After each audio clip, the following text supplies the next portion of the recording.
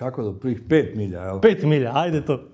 Pa jednostavno, dođe meni jedan prijatelj i da mu ja dam financijski savjet. Između ostaloga, od 3 moje firme, jedna se bavi financijama i knjigovodstvom.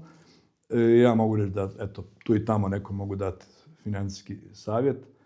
I zanimljivo je bilo pitanje. S njegove strane ja sam rekao da je prijatelju lakše staviti kapuljaču, otići u banku. Nije to nikakav savjet, nego šta hoću reći. Firma je prije svega ozbiljna stvar i danas ljudi olako shvaćaju kakva je to odgovornost, pa kad kaže ja želim biti poduzetnik i želim zarađivati za sebe, za druge, ali prije toga ne pročitaju nikad zakon o trgovačkim društvima, recimo zakon o obveznim odnosima, što ja često usmjeravam mlade ljude da ipak malo, koliko toliko shvate koliko je to ozbiljno. Država ti recimo tako otvori vrata, pružiti neke mogućnosti, nije na tebi da ih zatvoriš, zalupiš i da budeš nedoličan, da se ne ponašaš etično. To je ono što isto propagiram.